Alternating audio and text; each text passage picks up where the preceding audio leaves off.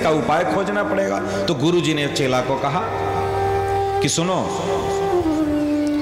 बीड़ी नहीं पीना चाहिए। बोला गुरुजी हम बीड़ी बगैर रह ही नहीं पाएंगे, हमें बीड़ी पीना पड़ेगा। तो गुरुजी ने कहा ठीक है, केवल रविवार को बीड़ी पीना है। 7 दिन में 6 दिन छोड़ देना है, रविवार को बीड़ी पीना है। अब गुरुजी इतना बोल दिए उसको, गुरुजी तो मठ में अपने। अब ये खुलेआम चौराहे पर खड़े होकर के रविवार को बीड़ी पी रहा था। कुछ लोगों ने बोला ए तुम बीड़ी क्यों पी रहे हो? बोले हमारे गुरुजी बोले हैं रविवार को बीड़ी पीना है। हमारे गुरुजी बोले हैं बीड़ी पीना है रविवार को। गुरुजी तो इसलिए बोले कि चलो 7 दिन पी रहा है तो 1 दिन पिएगा, उसके बाद ये भी छूट जाएगा। लेकिन वो कह रहा गुरुजी बोले हैं कि बीड़ी पीने के लिए। अब वो परंपरा ही चला दिया कि गुरुजी बोले रविवार को बीड़ी पीने के लिए, पूरी परंपरा ही रविवार को बीड़ी पीने लगी। अब बताओ गुरुजी कब तक रहेंगे? गुरुजी किसको कौन सी बात बोलते हैं? एक ही बात जब किसी को बोली जाती है उसको पकड़ कर हमको बैठना नहीं चाहिए। किसको बोला गया, किस परिस्थिति में बोला गया, कंडीशन क्या थी, उसको देख करके उपदेश दिया जाता है। लेकिन बात कौन सी माननी है? आचार्यों की, आचार्यों की बात माननी है। इसलिए बहुत सारी चीजें हैं, हमें समझना पड़ेगा कि सात्विकता क्या है। जैसे आप मान लो आप ही के यहाँ देखा जाता है, बहुत सारे गुरु ऐसे हैं कि आप लोग 7 दिन खाने वाले लोग, कि 7 दिन बिना मछली के बिना मीट के नहीं चलता है, 7 दिन खाते हैं। तो कुछ लोग आए बोले कि 2 दिन छोड़ दो, बोले 2 दिन छोड़ दो, मंगलवार शनिवार छोड़ दो। तो आप लोगों ने कहा क्या? हमारे गुरुजी बोले 2 दिन छोड़ करके बाकी खाओ। वही परंपरा चल गई।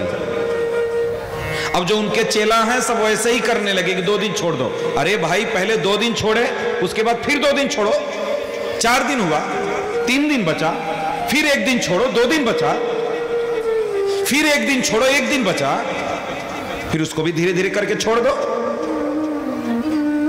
तब तो हम उस परंपरा को देखेंगे। हमारे आचार्यों ने कहा जीवे दया नामे रुचि वैष्णव सेवा। तो 2 दिन छोड़ करके जीवों पे दया हुई, बात में आचार्यों की मानना है। जो हमारे आचार्यों ने क्या कहा, आप जिस परंपरा से दीक्षित हैं वो परंपरा कहां से आ रही है, उस परंपरा में क्या बताएगा, उस परंपरा का उद्देश्य क्या है। ये आप भैया ये खड़े होकर के ऐसे नहीं किया जाता सरकार। इतना लोग पीछे आपके कथा सुन रहे हैं, उनको आप डिस्टर्ब कर रहे हो।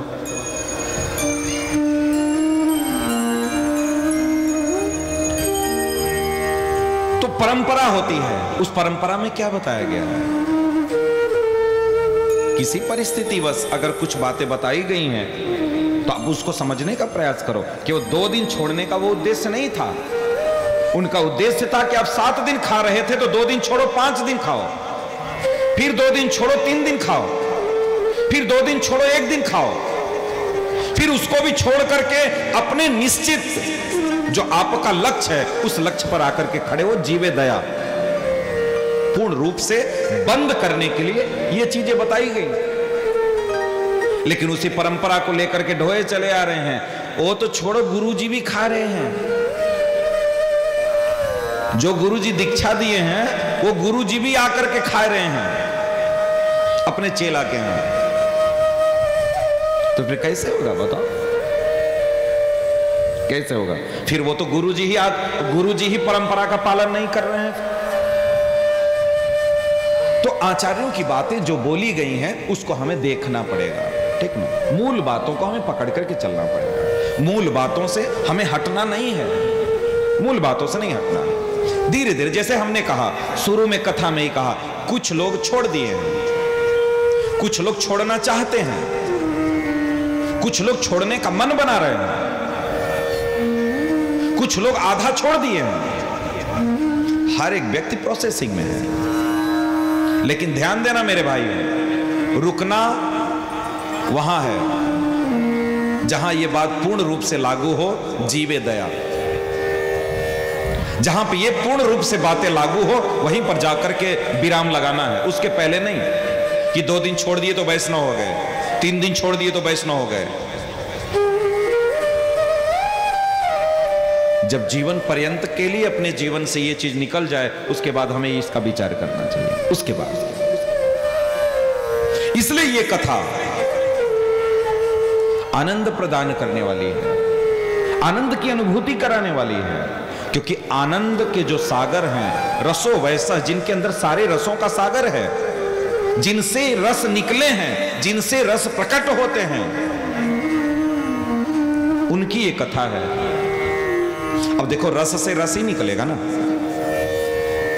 आप लोग तो आम जानते हैं, आप लोग तो आम वाले देश के हैं, तो आम में से क्या निकलता है? रस ही तो निकलता है ना। तो जिसमें रस है उसमें से रस ही निकलेगा। अब गन्ने को उठा करके देख लो, उसको पेराई करके देख लो, गन्ने से रस ही निकलेगा। वैसे ही ये रसों का सागर है। स्वयं श्रीमद् भागवत महापुराण भगवान का वांगमयी विग्रह है। स्वयं भगवान में और श्रीमद् भागवत महापुराण में कोई अंतर नहीं है, किसी प्रकार का कोई भेद नहीं है, कोई भी भेद नहीं है, किसी प्रकार का कोई भेद नहीं है। इसलिए भगवान रस के सागर है, तो फिर ये ग्रंथ भी रसों का सागर है, इसमें से रस ही प्रवाहित होंगे, रस का ही प्राकट्य होना है यहां से।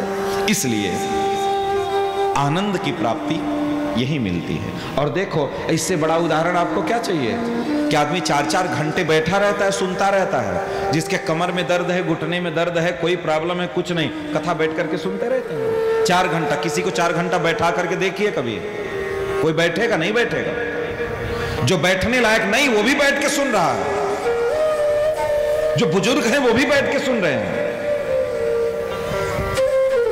यही तो रस है, यही तो कथा की महिमा है। और प्रमाण आपको क्या चाहिए? और क्या प्रमाण चाहिए इससे ज्यादा? यह कथा जो चल रही है, यह कथा नैमिषारण्य में चल रही है, और यहां तो 1000-2000 लोग बैठे हैं। नैमिषारण्य में 88,000 लोग बैठे हैं, और उस समय प्रचार नहीं हुआ था। आपके यहां तो जनवरी से ही प्रचार चल रहा है, जनवरी से ही आप लोग प्रचार कर रहे हैं, गाड़ियों से, बैनर से, रसीद छपवा करके, ऐसे से सब खूब प्रचार कर रहे हैं। कोई प्रचार नहीं था, कोई बैनर नहीं था, कोई पोस्टर नहीं था, कोई मल्टीमीडिया का कोई जमाना नहीं था, लेकिन फिर भी कथा प्रारंभ हुई। 88,000 ऋषि महात्मा आकर के बैठ के कथा सुन रहे थे। 88,000, 12,000 कम, कितना? 1 लाख ना। इतने लोग कथा सुन रहे थे बिना प्रचार के। ये होती है कथा की महिमा, ये होती है कथा की महिमा। दूर दूर से जिनके कानों में ये बात पड़ी कि कथा हो रही है प्रभु की, सब दौड़े अपना झंडा कमंडल लेकर के, सब लोग दौड़े कथा सुनने की। इसीलिए हमने कहा सुनने का स्वभाव बनाइए अपने, सुनने की रुचि लाइए। जिस दिन सुनने का भाव आएगा, मैं गारंटी से कहता हूं, मैं विश्वास से कह रहा हूं, आपका जीवन बदल जाएगा। आपके जीवन में परिवर्तन आना ही आना है, निश्चित आएगा। 88,000 शौनक आदि ऋषि बैठे हैं, सूत गोस्वामी व्यासपीठ बैठ करके इस कथा का रसास्वादन करा रहे हैं। और मुख्य रूप से भागवत के महात्म्य में 2 कथाएं सुनाए हैं। पहली कथा आती है भक्ति ज्ञान वैराग्य की, जिनको नारद जी ने कथा सुनवाई सनक सनंदन सनातन सनत कुमार से। पहली कथा ये, और दूसरी कथा आती है धुंधकारी की कथा। ये 2 कथाएं मुख्य रूप से महात्मा में सुनाई गई।